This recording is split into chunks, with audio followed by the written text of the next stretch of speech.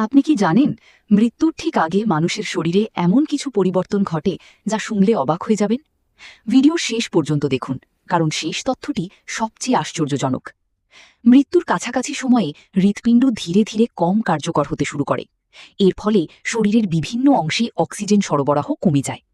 শ্বাস প্রশ্বাসও পরিবর্তিত হতে থাকে।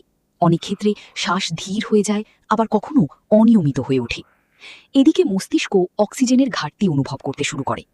কিছু গবেষণায় দেখা গেছে মৃত্যুর ঠিক আগে কিছু মানুষের মস্তিষ্কে অস্বাভাবিক মাত্রার স্নায়বিক কার্যকলাপ দেখা যেতে পারে।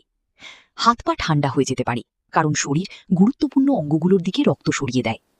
সবচেয়ে অবাক করার বিষয় হলো, কিছু মানুষ মৃত্যুর কাছাকাছি সময়ে অত্যন্ত স্পষ্ট স্মৃতি, আলো বা শান্তির অনুভূতির কথা বর্ণনা করেছেন।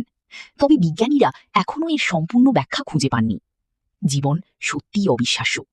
এমন আরও ইন্টারেস্টিং এবং বিজ্ঞানভিত্তিক ফ্যাক্ট জানতে এখনই আমাদের চ্যানেলটি সাবস্ক্রাইব করে নিন।